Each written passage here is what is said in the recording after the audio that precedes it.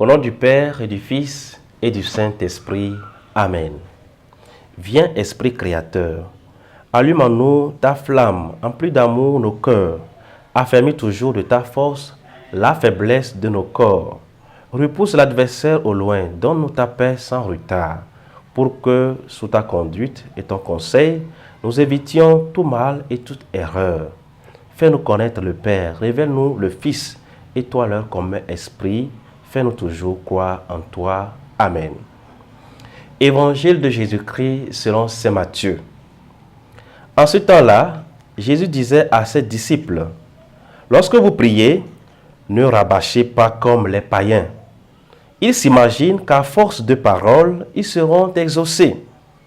Ne les imitez donc pas, car votre Père sait de quoi vous avez besoin avant même que vous l'ayez demandé. Vous donc, priez ainsi. Notre Père qui es aux cieux, que ton nom soit sanctifié, que ton règne vienne, que ta volonté soit faite sur la terre comme au ciel. Donne-nous aujourd'hui notre pain de ce jour. Remets-nous nos dettes, comme nous-mêmes nous remettons leurs dettes à nos débiteurs. Et ne nous laisse pas entrer en tentation, mais délivre-nous du mal. Car si vous pardonnez aux hommes leurs fautes, votre Père céleste vous pardonnera aussi. Mais si vous ne pardonnez pas aux hommes, votre Père non plus ne pardonnera pas vos fautes. Acclamons la parole de Dieu. Louange à toi, Seigneur Jésus. Bien-aimé de Dieu, loué soit Jésus-Christ. Nous sommes aujourd'hui le jeudi 19 juin. Le Seigneur nous apprend la grande prière, la prière du Pater. Au cours de sa vie, Jésus aurait prié de nombreuses fois avec ses compatriotes juifs. Parmi les groupes religieux de ce temps, les pharisiens se distinguaient comme un groupe juif influent à l'époque de Jésus, caractérisé par son observance stricte, scrupuleuse de la loi, sa rigidité et son rejet de la nouvelle manière de comprendre le judaïsme que Jésus proposait. En revanche, le Notre Père s'inscrit dans un ensemble d'enseignements que Jésus veut transmettre à tous ceux qui veulent vivre selon les valeurs du royaume de Dieu.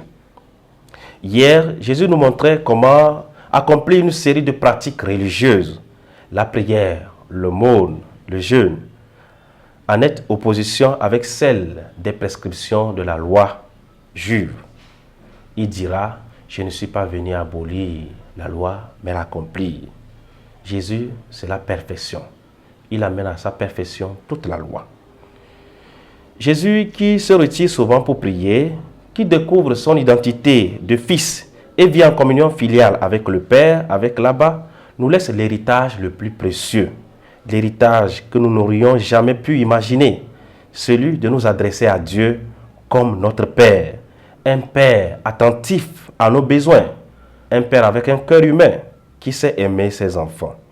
Jésus nous donne le fruit de son expérience intérieure, cette prière de notre Père.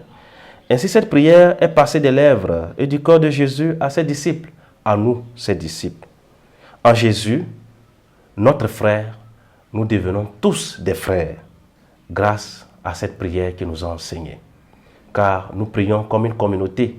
Nous ne disons pas « mon Père qui est aux cieux », mais plutôt « notre Père qui est aux cieux ». Que le Seigneur nous apprenne la vraie fraternité. Prions. Seigneur et notre Père, aide-nous à éliminer de cette précieuse prière qui recueille tes prières, qui recueille tes paroles, la routine qui menace souvent notre vie.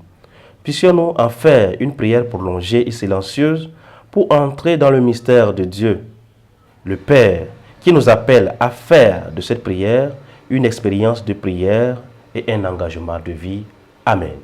Et que le Seigneur vous bénisse, le Père et le Fils et le Saint-Esprit. Amen.